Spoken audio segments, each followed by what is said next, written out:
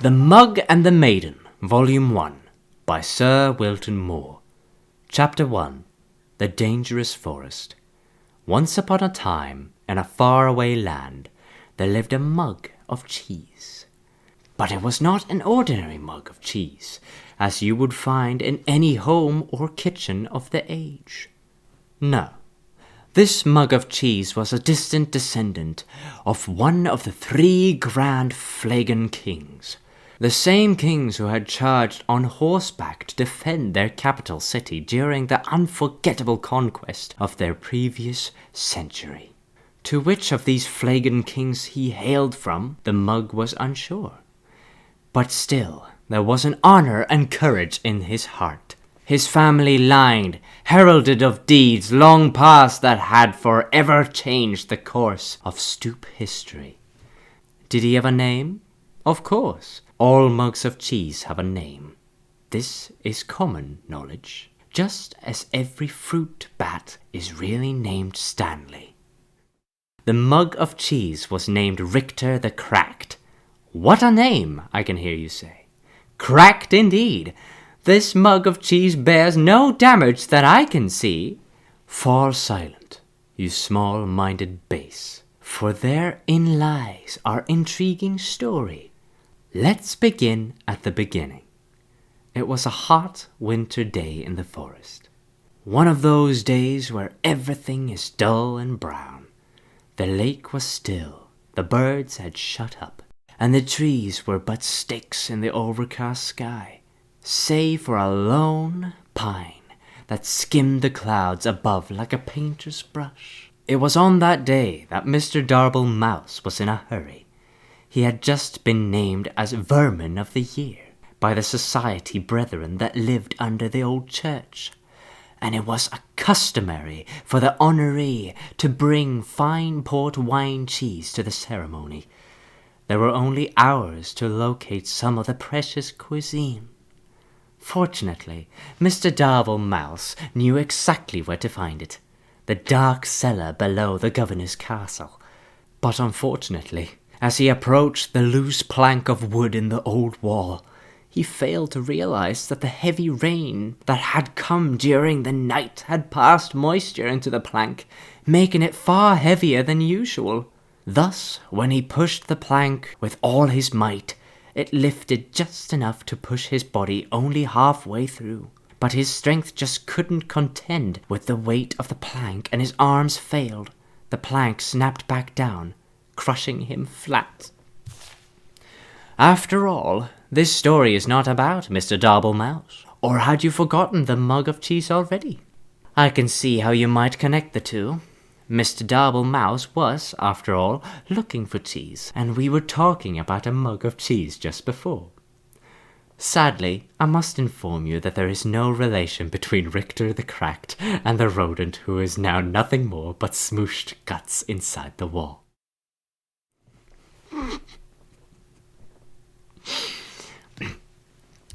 Except that there is, for it was the death of Mr. Darble Mouse that started all the trouble. You see, when things die, they tend to smell, and that's just what Mr. Darble Mouse did.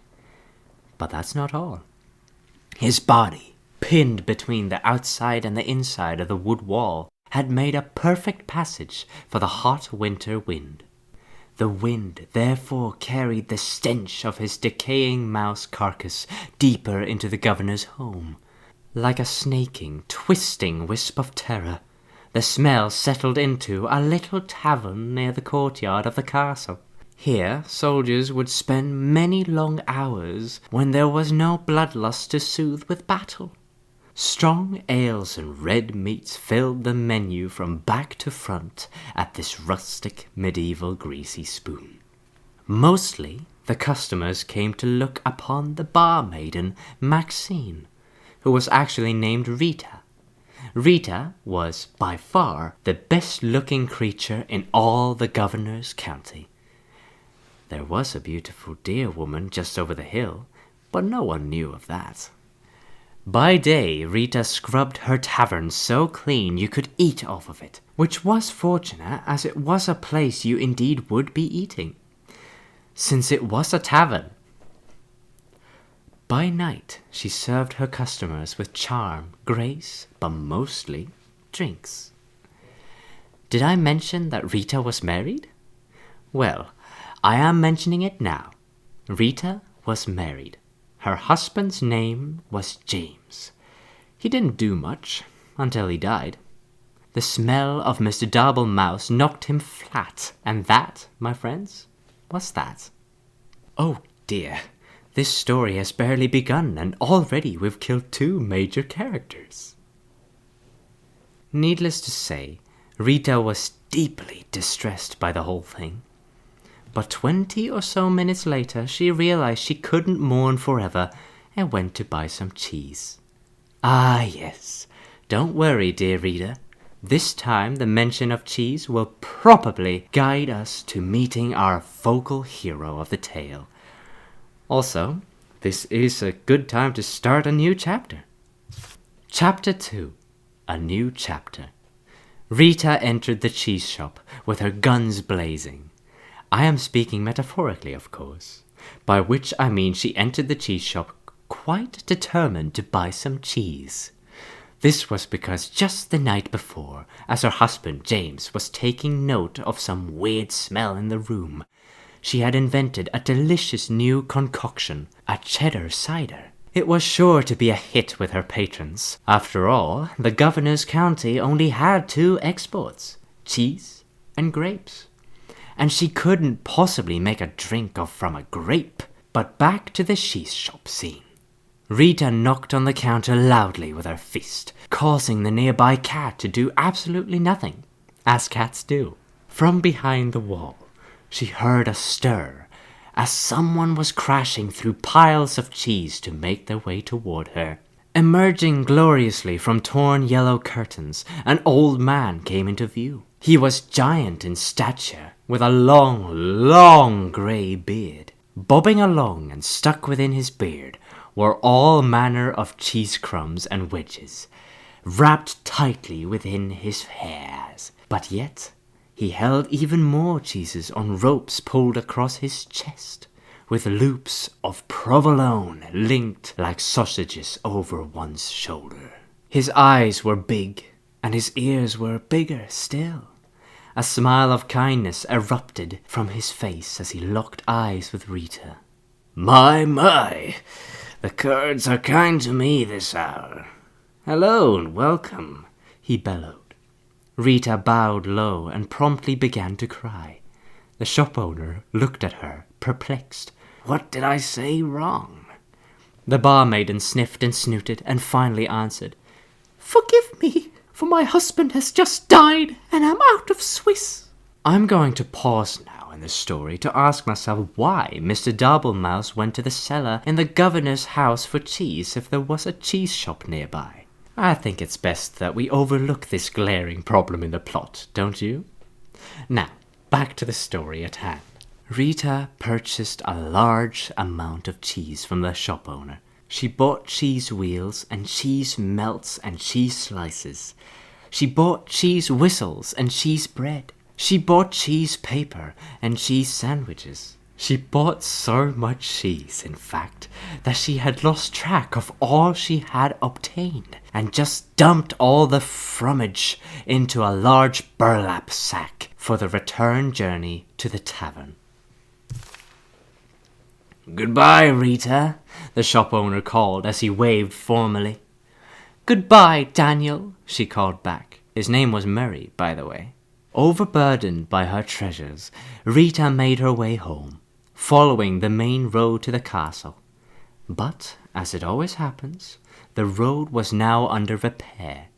A man with a skinny mule was ploughing up the dirt so that he could put down new cobblestone. 4 of his associates were standing by, watching him. The job would only take a few years to finish, but Rita was in a hurry, so she followed the detour sign that told her to take a different road to her left. Unfortunately, no one could read in the governor's county, so she went right instead. This mishap took her deep into the forest, where absolutely nothing of interest happened. Except something of interest did happen. As she trodden on through the forest, her sack of cheese weighing her down, muttering complaints all the way, little did she know that danger lay just ahead. This danger was cunning and dangerous, and had one of those out-of-place eyebrow hairs that drives you nuts when you're talking to someone who has one. The danger we will call Bernard, the big, ugly lizard man who wears a blue cloak. Bernard didn't often have visitors in his house. This was because he lived outside. Also, he was rather fond of human flesh, which made him very unpopular. So, obviously, you can see the drama unfolding here. The beautiful but tired Rita huffing and puffing up the winding path as she approaches a certain doom. Bernard watching from behind a nearby tree, licking his lips. Oh, the tension is tense, is it not? At this point in time, we must pause again to ponder all the possibilities that can happen now in our story. 2 characters have died already. Surely a third wouldn't hurt anything. Are you perhaps just reading this story because you want to see who will get the axe next? You are a little warped, do you know that? Well then, let's see what happened next. Bernard stepped from behind his hiding place, his eyebrow hair gleaming in the fading sun. "Dear madam, why must you pass through so fast?" He called with his eyes glimmering. "I must get home, Bernard, because, for one, it's getting late and I have customers to serve, and second, because you eat people," Rita replied. "Poppycock! Balderdash! Cold thwallop! I won't hear these lies against my character," he detested. "For I, Bernard, the big ugly lizard man who wears a blue cloak, have completely reformed myself." Rita squinted suspiciously at him. "You have?" Bernard put a hand to his heart. "I have. I no longer prowl or pounce. I won't attack or bounce. I will not kill or maim or tear. I won't crush or even bite you anywhere. I promise I won't devour any more." "My gosh, you've become such a bore. If you aren't going to be a danger in this story, then I've come all this way with 100 pounds of cheese for nothing," Rita grumbled. She boosted her sack further up her shoulder and turned with an angry grunt. But Bernard waved after her in a panic. "Wait! It was all a ruse! I intended to eat you, dear woman! I swear to it!" he cried. "It's all a trick, you see. A new angle. It worked on some guy yesterday. Oh, please, stay." Rita sighed, her strength just about gone from the long adventure she had taken since she left home that morning. She turned back to face Bernard. "All right," she said. "But your part in the story better lead to an unexpected turn of events." "Oh, it will." Bernard clapped and waggled his clawed finger to motion her to draw nearer. "Just wait until the next chapter." Chapter 3. The next chapter. All looked quite dire for Rita. Bernard had her within his grasp. Surely it would just be mere moments before his jaws collapsed upon her head. Oh, what a horrible end for Rita. Needless to say, I am worried for her. But, as luck would have it, miles and miles away, 20 years earlier, something amazing happened. 2 mugs of cheese, a Gouda and a Mozzarella, welcomed their first son into the world. I don't think I need to tell you his name. It was Dave. No one liked Dave. After that, their second son. 2 mugs of cheese, a Gouda and a Mozzarella, welcomed their first son into the world. I don't think I need to tell you his name. It was Dave. No one liked Dave. After that, their second son came forth, Richter the Cracked, just called Richter at the time. Richter spent his early life stealing cowbells and putting them on skunks. This way, people always knew when danger was nearby. Needless to say, Richter was one smart mug of cheese. But all could not remain perfect forever, and suddenly the great skunk famine began. Richter found his world in array, and he sought a new purpose.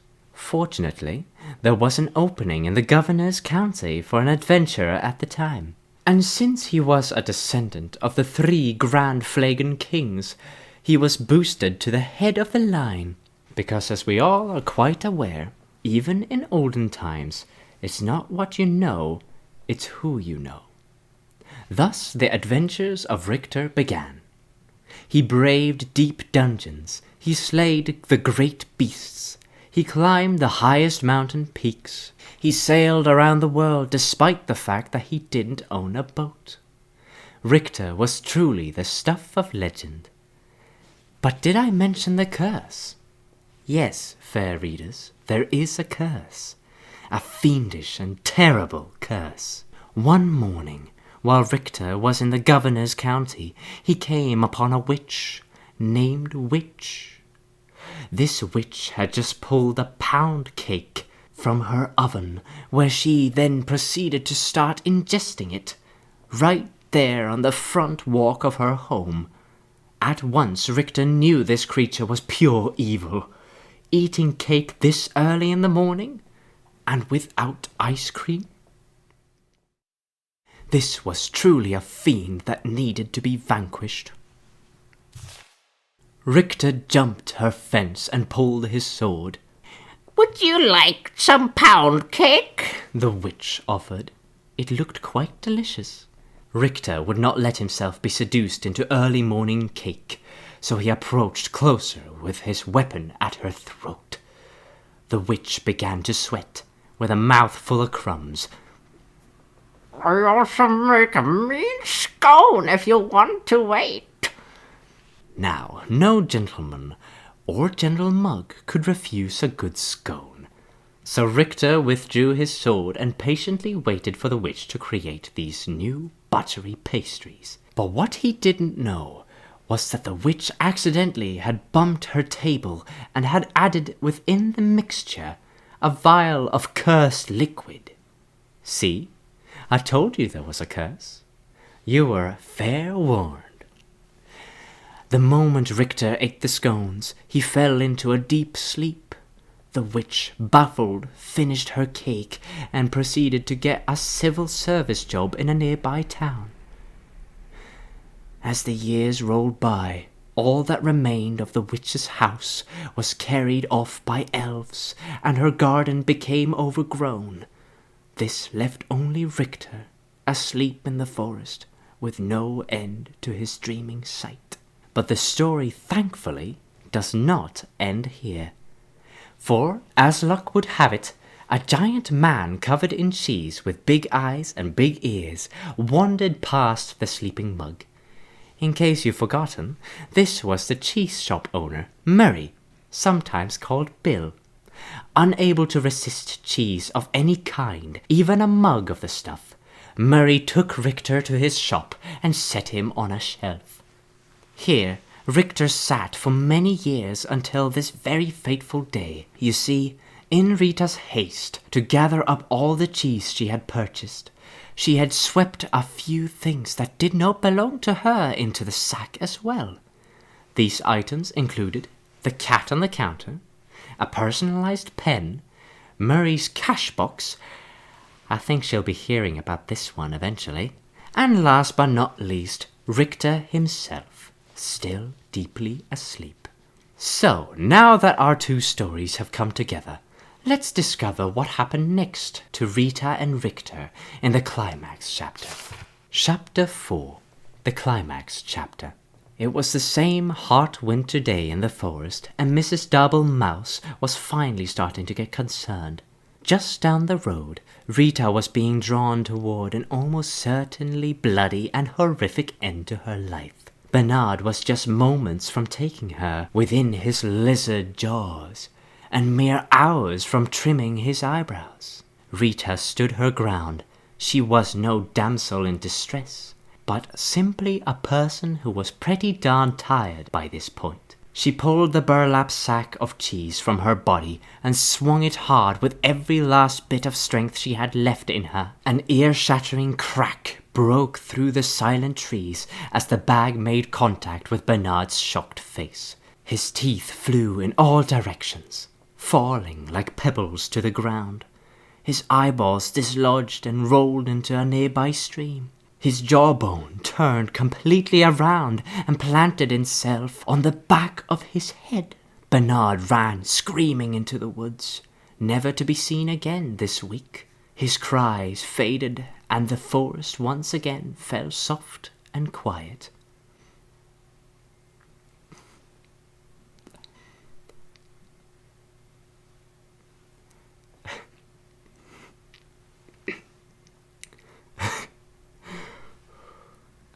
A cow walked by. Rita, still standing with her sack outstretched in her arms, stood wide-eyed at what had just happened. Surely no cheese in her bag was hard enough for that kind of impact.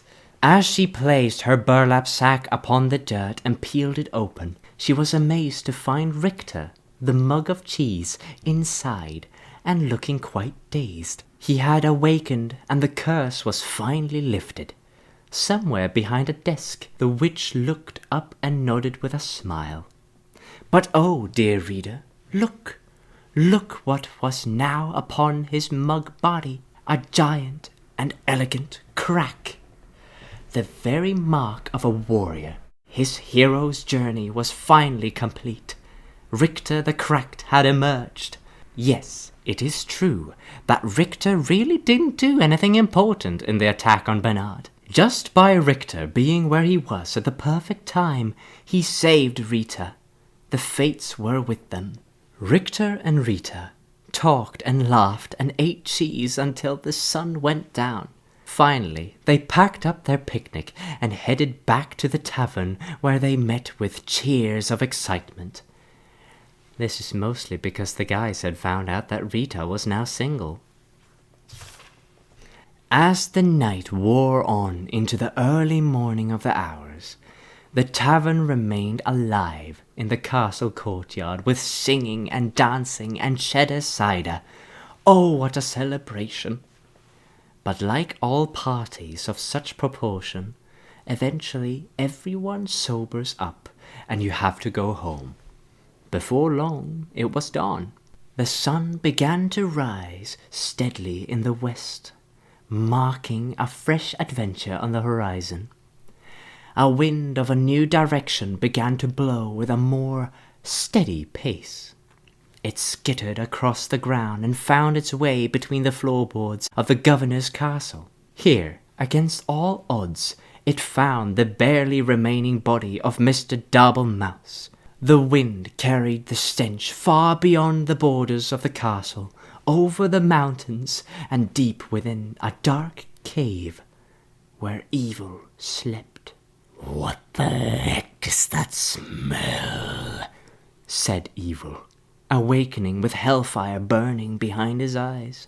Eventually, news of this great evil spread from town to town until it reached the ears of Richter the Cracked.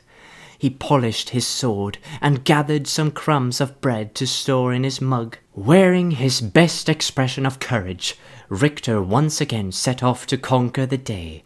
His story was not yet over. But for now, dear reader, we return to our own lives. So let us end this tale with one closing thought, shall we?